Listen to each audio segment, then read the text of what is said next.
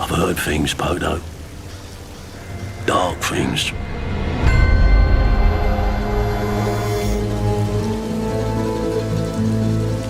We're missing Dragon Day! I'm coming! This is a story that is whimsical and it's fun, but it's also got a lot of heart. I had seen Andrew as such a collaborator. He'd worked so hard to tell this story in this authentic way. I said, I actually want to partner with you. What if we considered that? And it is the most amazing thing to be in a position now where we can bring this to the screen.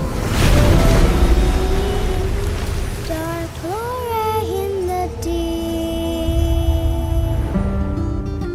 deep. The fans have been amazing because they've spread the word. We could not believe how many people jumped on board. It was thrilling, but it just kind of demonstrated what an incredible fan base the books had. We're so thrilled to give families the imaginative world of Wingfeather Saga, of Ere We Are, of all these great characters. You're a bit of an ex-pirate yourself, I guess, yeah? I'm a bit of an expert pirate, actually. Straight off the cliff, a lot of them. Grandpa! I feel like everyone is going to be able to enjoy this type of a series. It runs the gamut of emotions from joy to laughter to fear and facing life and death situations.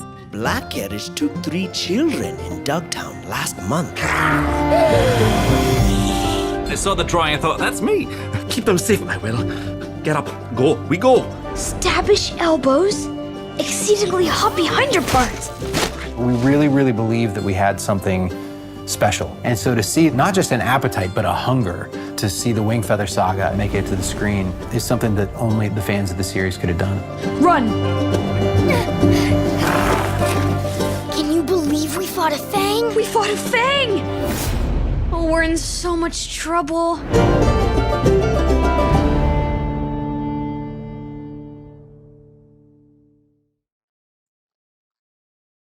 Hey everybody, Chris Wall here. Hope you're well. My name's Garrett Taylor. You guys probably recognize me from the past. I'm the art director of the series. And I'm the executive producer of the animated series. We're so glad to have you. We are not in our usual location, and it's kind of a surprise where we are, but we're super excited to be here. Thanks, Garrett, for joining us today. Yeah, I'm excited. Look at this place. It's awesome. We got lots we're going to show you here. We have a couple of big things and a exclusive clip. We're just going to keep offering clips to each time we hop on here with you all, and so it'll be worth your time to hang out. Trust us. This place is kind of eerily similar to a location in the Wingfeather Saga. Garrett, Yeah, I'm getting this. I'm getting the books and crannies. the books and crannies vibe here. Yeah, for sure.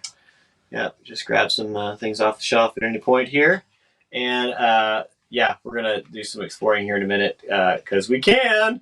So today we're going to be really talking about books and literature and locations. And so if you're into that space, this is the right live stream for you. Okay, a couple announcements we got to get through real quickly before we jump in too much further. In this live stream, we wanted to make sure that you're aware. We announced this last week, but I don't know if everybody got it.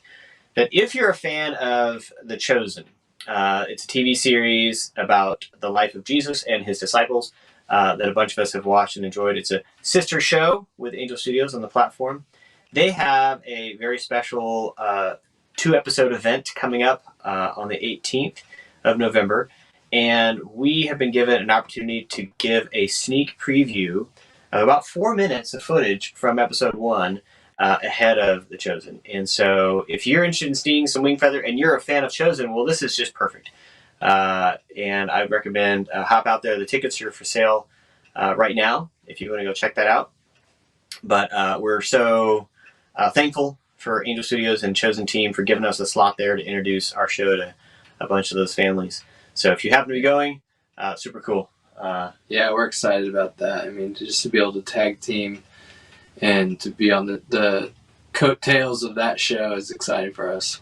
Yep, absolutely. So anyways, if you're interested in that, those tickets are available now. They are selling quickly. It's super exciting. We are inside of 30 days. I think we're down to 20-something days left before this show is going to be out in the world, which, as long a journey as we've been on, that we're down to the very last few days is very exciting. It's very intense for us right now, so a lot of stuff going on. Some late nights. Yeah, some late nights and early mornings, frankly. Yes. But season 1's coming up December 2nd. The first episode will be out there.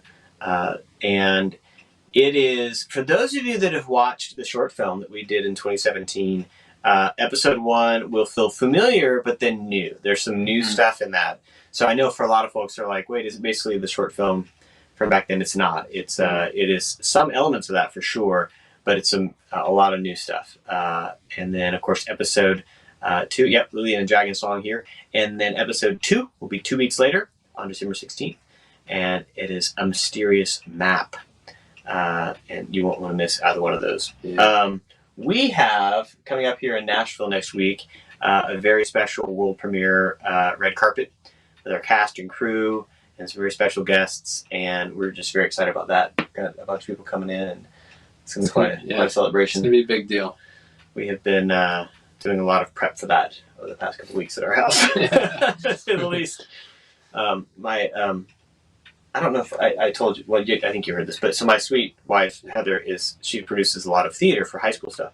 And so she volunteered to help do decorations for this event. And you'll see a bunch of photos and videos from this. Don't worry, you're not going to miss it. But one of those tasks was creating some gooey blueberry balls, right? Yeah. Blueberry gooey balls.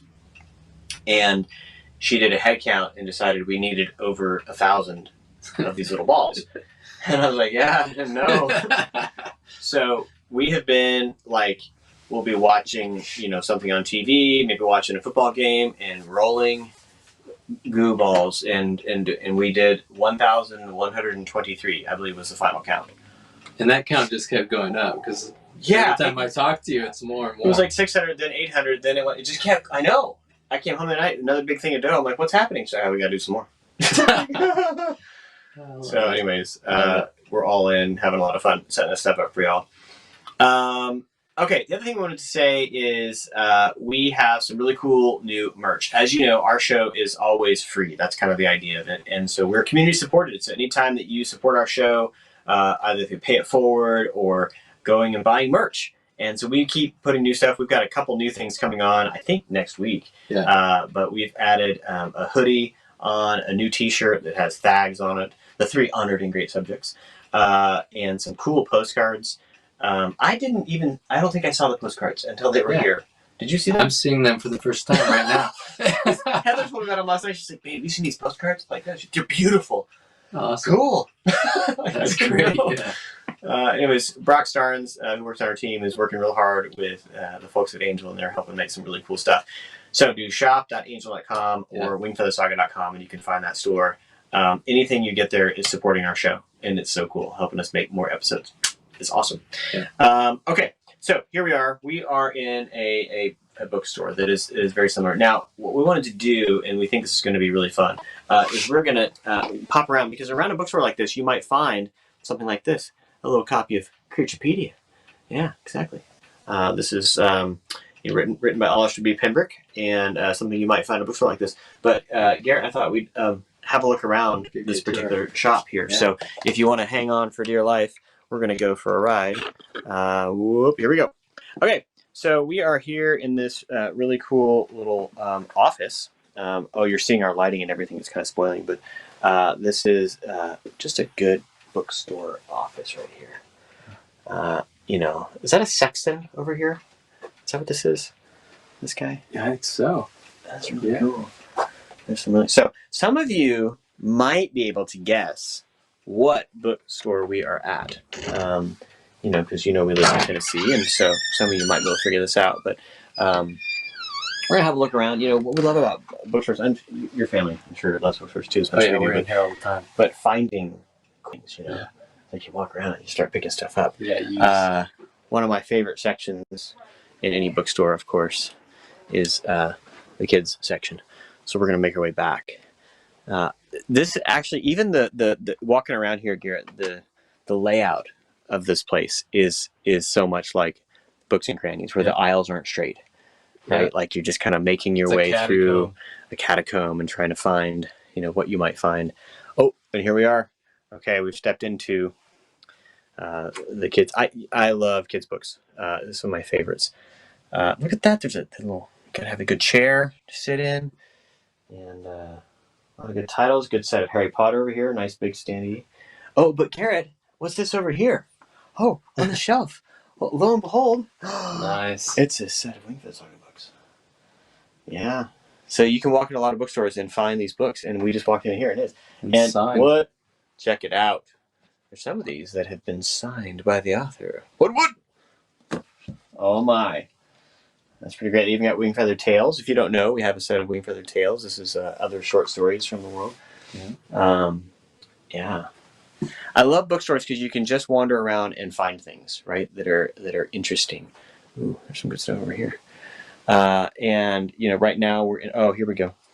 So you can find classics, right? Very Hungry Caterpillar. That's a great one. Fantasy, Black Booty. Oh, hey! Look at this, Garrett. Oh yeah. Look at this one over here. See, I just found something. Oh man, this is so good. The Story of God with Us. This is our friend Aiden actually illustrated this. Yeah, and he's doing backgrounds on the series with us, so this has got a lot of his really cool paintings in it. That's so good. Yeah. He's bringing that to our show, which is awesome. That's awesome. So again, bookstores are just really fantastic for finding things, as we're doing here. But think about the rooms. I know we talked about when we were first thinking about Books and Crannies, Garrett, figuring out where some seating areas might be, because you can't just have the aisles and rows. But there's something really inviting about a bookstore where having those kind of seating areas, which kind of calls you in to grab a story and sit down and go on a journey and take it home. And exactly. Yeah. And we talked a little bit too about the found bookcases, right? That you might wander around a place and just find some things. Like, what is happening here? That's a design we totally should have used. It's like a ladder shelf. Yeah, it's great. That's really great. And any exposed wall is automatically a shelf. Yeah. Right. That is a national park. I haven't seen that one. Yeah, and then up here, just how there's books shoved in, all cattywampus, and it's charming. Everywhere, and then again, nothing's straight, right? You got over here. Now, in this particular bookstore, I happen to look down the hallway, just like this little nook. There's nothing down here. Well, there's a restroom on one side, and then more books. Right. Every place there has to be books, and a football. Yeah, that's right. But we talked about this at Oscars at Books and Crannies, that it likely would have been, a fair number of found kind of bookshelves that he would have been adding in as he was trying to kind of capture and save as much of the books in Scree, after the invasion. Yeah, and just having stacks of books around as well. Mm-hmm. So it doesn't feel like a library, but definitely a bookstore where there's things still yet to be categorized and shown. Yep. Yeah. So, with all this around bookstores and bookshops that we're getting to see here, we wanted to take a minute and actually show you a really cool scene inside the bookstore. Oh man, there's another. Look at this book. 2 centuries of wallpaper. I didn't know that was a thing. And then there's a thing on David Copperfield. On a little standee. It's whatever it takes. Anyways, okay, so what we thought we could do is actually show you a special exclusive clip of Books and Crannies and our AUB kids making a visit on Dragon Day. So, check this out. Janna, my boy, as the great poet and not-so-great circus performer Adderley Flameswallow's head, I could maybe use some help. Oh, well, I can come back tomorrow. We're kind of in a hurry to get to Dragon Day, exactly. I'm putting these books in the window to sell to festival goers, all of them about Sea Dragon. Do any of them say why Dragon Song makes people act so... Odd, silly, discombobulated? Oh, yeah. Mayor Blagus couldn't stop crying for a week. Oh, not only that. He was so deeply moved by the song, he promised to never again pick his nose in public. I'm pretty sure that didn't work. He made it almost 5 minutes. That was great. Yeah. Oscar Inverteep, everybody. He's quite a character. Played by dear Andrew Peterson, our author, and executive producer as well. He's doing a wonderful job. I think like any bookstore, that's a scene where Oscar's taking advantage of Dragon Day. And so it's Dragon Day. Get the books on dragons out front and see who might pick it up. Yeah, I love that scene because it shows just the kind of how we've brought that bookstore, which we became a little bit familiar with in the short, and really developed it out so that we can get those shots of Oscar coming down the stairs and piles of books being laid out. And I just love that part where he sets the books down and they start to fall over and then he catches them. There's just so much believability in there and humor. So one of the things that Andrew talked about in designing a proper bookstore, he's quite an aficionado of when he is out traveling, will find any corner bookstore and go visit it. And often if he finds Wingfeather Saga, go ahead and sign it, and kind of slip in there. But he talks a lot about, the great bookstores are ones you get lost in. Yeah. That you can't actually see from the front to the back. You got to wind your way through and kind of journey through the whole thing. And I think that, and we were designing the space, it was very much of that idea. Yeah. Like, I don't want a clean shot through the shop, Yeah, and a lot of times once we get in there, we've created just this labyrinth of bookshelves so that you don't even know where you are in the bookstore. You're just somewhere deep inside of it, and that kind of action can take place. There's little, hiding places, and here's the back office area, which has just that kind of dusty feel to it. It was really fun just exploring inside of that environment. Yeah, papers and piles of stuff all over the place. Hints of a chair to sit in, a ladder, of course, to get up on, which reach those high shelves.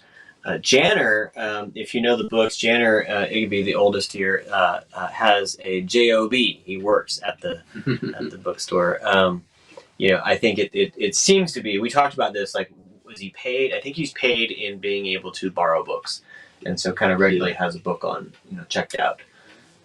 Yeah, but this is like home away from home for him, for sure. Yeah, and there's one of the things that you guys have asked us about adapting. We had to figure out in the location, right? So we're thinking about adapting a location. So in the location of Books and Crannies, we had to work out that, there would have to be a place for a wagon that would carry books, right, to pull up. So we got to design a dock, right? We got to think about that, right? We got to think about, and then when you come in, where is that? And so that little office area we showed in the back is an area we could load in a bunch of books and sort them and kind of figure out what there is. The one thing I will say we don't really ever solve is how big upstairs is. So we know there's an upstairs, and we have characters go up there and kind of, but it could go on for, it's an area that's like, I don't know how big it is. Maybe it goes all the way. Yeah, or just even where does Oscar sleep? I would imagine he's probably sleeps somewhere in a back room. Cuddled with a book somewhere. Exactly. Yeah. It's kind of his whole world right there. But yeah, the adaptation process is interesting because a lot of times when we talk about adaptation, it's like thinking about story moments or character moments. But adaptation is about working out a location. Like, how does it work? Where do the characters move around? We think about that with the Igby Cottage, It's described well in the book, so it's not like Andrew didn't do his job as the writer, but there's details that we have to commit to. And I know, Garrett, you have a real affinity for construction and architecture and like making sure it's a real space. Like, and I think even the bookstore too. But the cottage, we wanted this kind of agedness and kind of, it's had some life on its bones, but also it's structurally sound. Yeah, I mean it's such a long process getting into this stuff, because when you read about it in the book, our imaginations just kind of take over, and everybody pictures something a little bit different. We're trying to consolidate that feeling and put it into a design that works from a lot of different angles, and that has to do with getting together early with the story department, a lot with Chris as the executive producer, showrunner, and just like, how can we get a camera, a quote unquote camera into this space and be able to get the shots that we need to tell the story. And so there's a lot of just floor plan drawing before we go into building out a set. And so, we would show a little box of that's the cottage and here's the garden because they need to come out in here from. So a lot of planning goes into all these sets prior to building them, just like you would if you were laying out a real bookstore. Well, and as you said that too, I remember in Oscar's little office area, that area in the back, we had a lengthy discussion about what's the number of people that need to be back here. And there's a scene late in the series where there needs to be a number of characters that gather around. Okay, do we have enough actual space to fit those characters in there? Yeah. Or have we created a space that we can only fit 2 characters, right? Oh, bummer. Okay, hang on. Yeah. I know it could be cottage, the same thing, that as we were building out where they're going to sleep, their bedrooms, right? When we want the kids up top and they're at loft, okay, how do they actually do, like, how do we arrange that? If we have 3 separate beds, wow, it's going to be a really big loft, and okay, let's do a bunk bed, so there's some working out. We have real characters that actually have to be in the space, right? But you still want to make a certain feel for it. So let's talk about that area, because I think their bedroom is another area upstairs that was one that we spent a fair amount of time kind of getting the feeling right, Yeah, I think there's a lot, like Chris is saying, there's a lot of practical conversations that happen prior to the design phase. Once we know, okay, a bed will go here and a bed will go on the other side, and it's a loft, so it's raised up, then we can get into the design of it, and that's trying to capture that mood. What does something look like if it's carved out of wood? Because Poto probably would have handmade a lot of the furniture in this cottage, if not built the whole cottage himself.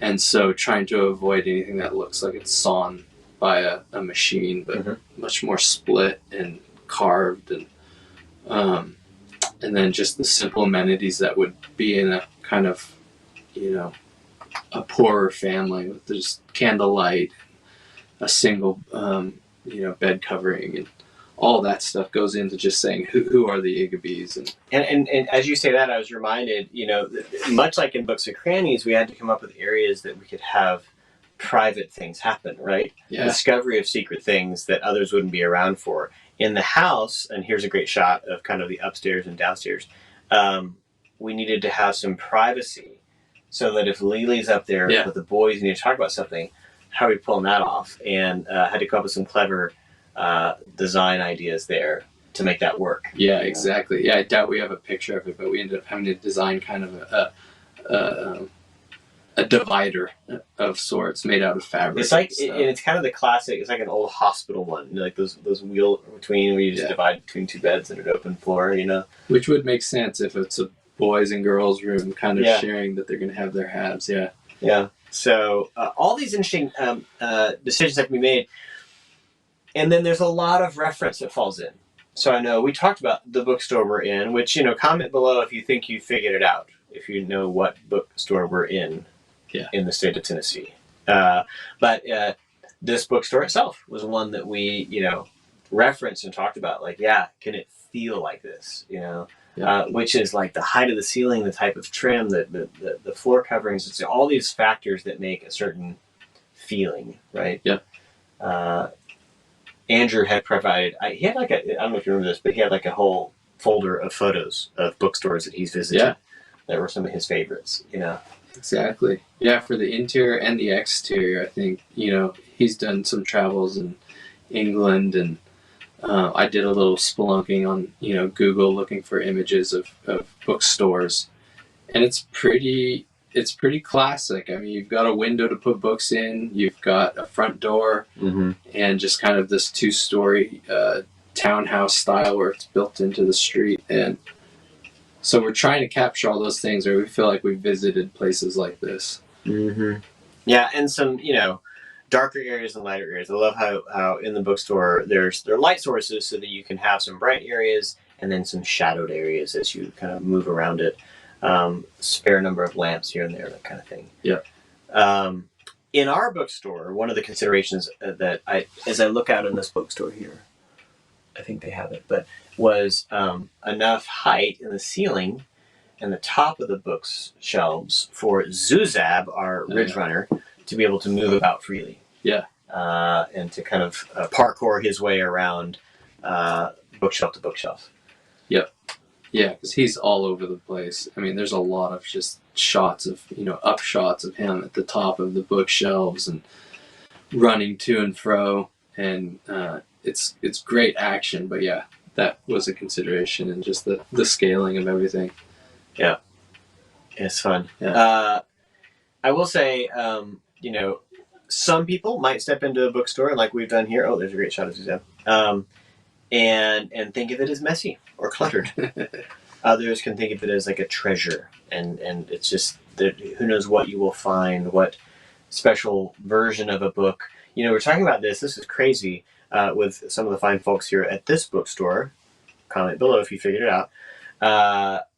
That the first edition of Wingfeather Saga, right, the kind of the paperback and kind of broad color versions of those, are now becoming a bit of a rarity, and there's a bit of a price jump on some of them to get them, which is really fun to think about. Our old raggedy copy doesn't qualify; it's pretty bad, but that the books have been around long enough that they're starting to get into that territory of which version do you have? Oh yeah. Well, I should go dig mine out. Yeah. And the other thing I want to say here too is that we talk a lot about the importance of books, and so we love books. We love reading books and just the way they spark our imagination. Of course, the Wingfeather Saga books alone were part of that. But even in world, right? So Oscar Inreteep is someone who really loves books, and if you've read the whole Wingfeather Saga, you know that there's a couple books that figure in really importantly in telling a bit of history and understanding the world that they get no other place. And so it's cool that it's kind of woven not only as an idea within the very book you're reading, but that in the world there's actually high value to these places. And I'm reminded there's a conversation later in the season between Oscar and Janner and talking about the value of a good book. And, Oscar has journeyed all around Scree trying to preserve parts of the culture there and collect these books, right, and preserve that. Yeah. And so you think of these places, especially a good one like this, as like a bit of a safekeeping of history. Yeah. Right? Yeah. Seems to be a fair amount of history around us right here. Yeah, this is the old book section, I think. These are wonderful. Man. All right. We can't wait to show you more of our locations from season 1. We've got a couple that I'm sure they're thinking about that are not a bookstore, but there's some other cool locations that we have to show you that will come up soon. We're going to wait on some of those to make sure that they are introduced at the right time. But we hope that this bookstore visit is one that inspires you.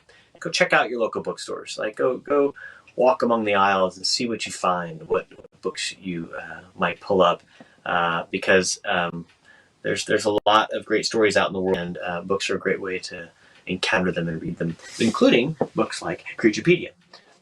If you haven't seen this one, it's pretty delightful, describing all of the different creatures inside the world of Aeriar, and where they live and what they're like, with some great illustrations.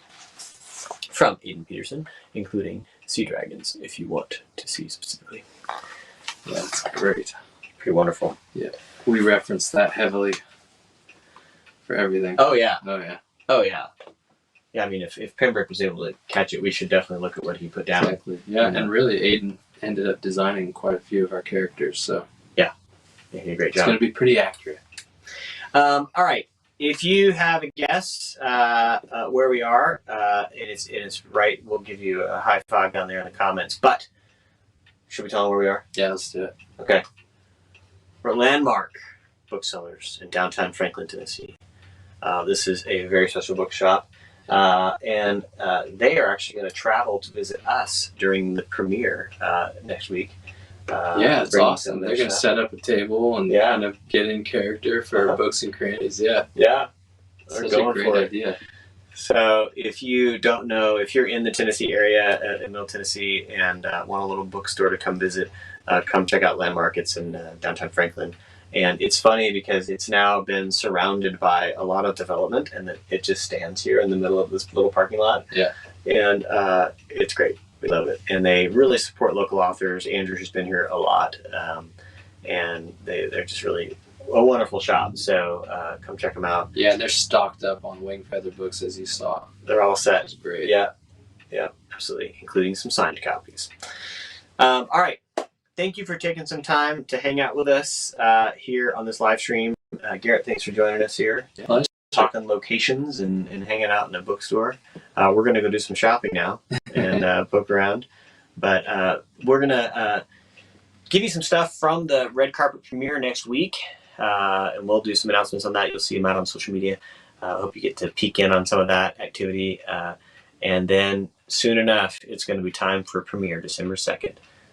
It's happening. Yeah. And we'll have a little break of a little Thanksgiving break in between, and then here comes Lily and the Dragon Song.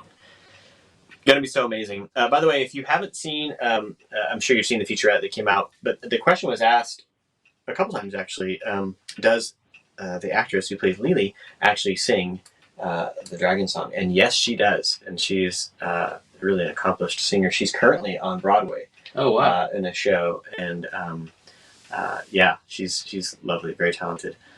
So yes, when you hear her little voice in there, that's actually Lily singing. Which is pretty cool. That's awesome.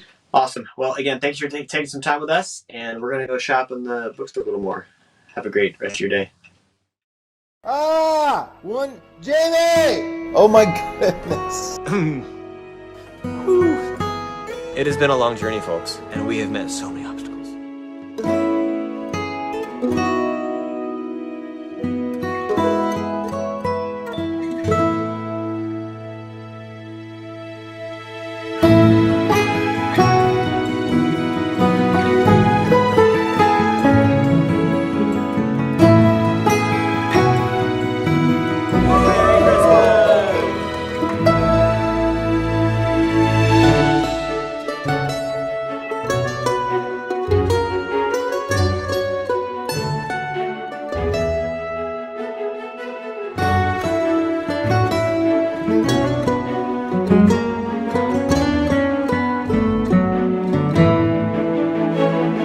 With Janner's lines, I've been like saying them out loud and seeing how it felt. I can't understand the cast. I saw the drawing and thought, that's me.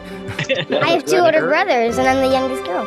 To be part of a project where it lines up. I'm sure he's capable of giving me a good run for my money.